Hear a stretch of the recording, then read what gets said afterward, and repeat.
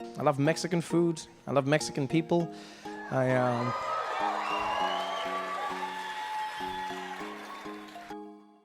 Thinks there's a connection. South Africans and Mexicans, he says, come from the same kind of place. The kind of place someone once labeled a **T-hole country. And that's how it begins. The unraveling of logic, the tightrope between terror and laughter, the daily paradox of waking up in Donald Trump's America. Trevor Noah doesn't hide the contradiction. He says it plainly. Some days he's terrified, others, he's laughing so hard he nearly forgets the fear. Because no matter where you stand politically, emotionally, or even morally, one thing's for sure, Donald Trump has made the world stop and watch. And whether you're watching from the safety of irony or the edge of panic, you're watching. This isn't politics. This is performance. A reality show presidency where history is written in real time, and both the audience and the protagonist are figuring it out as they go. Noah compares it to an asteroid racing toward Earth. An asteroid, shaped like a penis. You're doomed, yes, but you're going out laughing. The laughter comes in waves, thick with disbelief. Like when Trump announced his now infamous wall. A concrete, see-through, drug-detecting wall.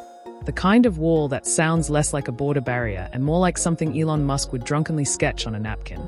See-through, because apparently drug dealers are hurling bags of narcotics over the fence like it's the Olympics.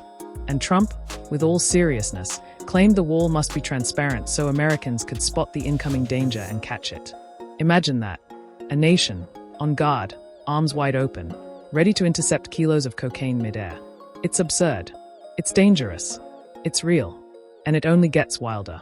When funding didn't materialize, because, surprise, Mexico refused to pick up the tab, the story pivoted. Trump wanted solar panels. Yes, a solar wall. Not because of any commitment to renewable energy, but because, in his words, it would pay for itself. Noah, with perfect timing, reminds us that the sun is up. A vertical wall would be facing down. Basic science. But logic never had a visa in this administration. So what do you do with that?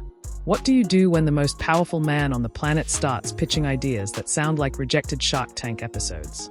You laugh, and then you look closer. Noah, a South African born to a black Xhosa mother and a white Swiss father, understands the terrain of racism intimately.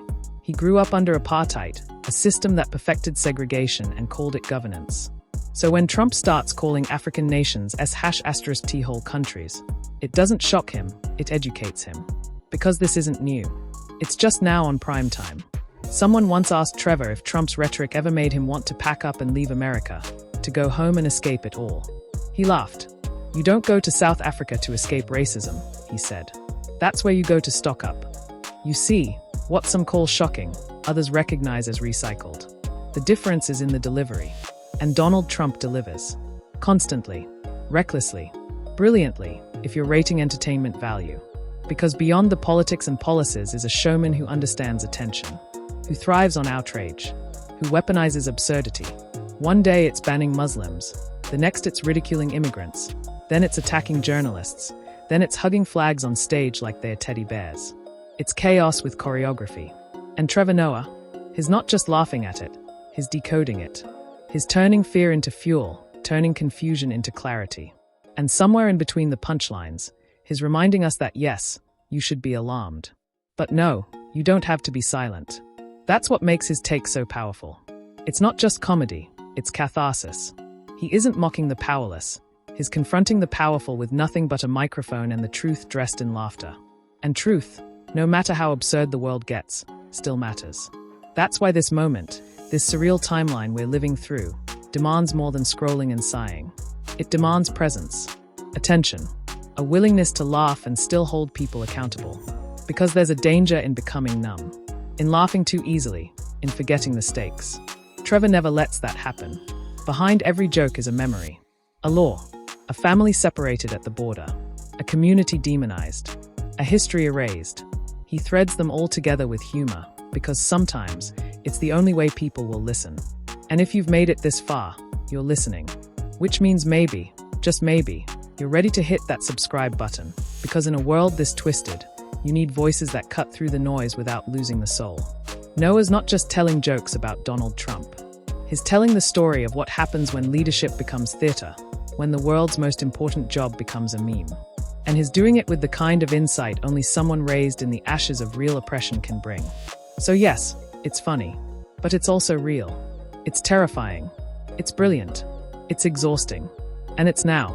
The asteroid is still coming. It's still shaped like a penis. But if you're gonna get hit, you might as well see it coming.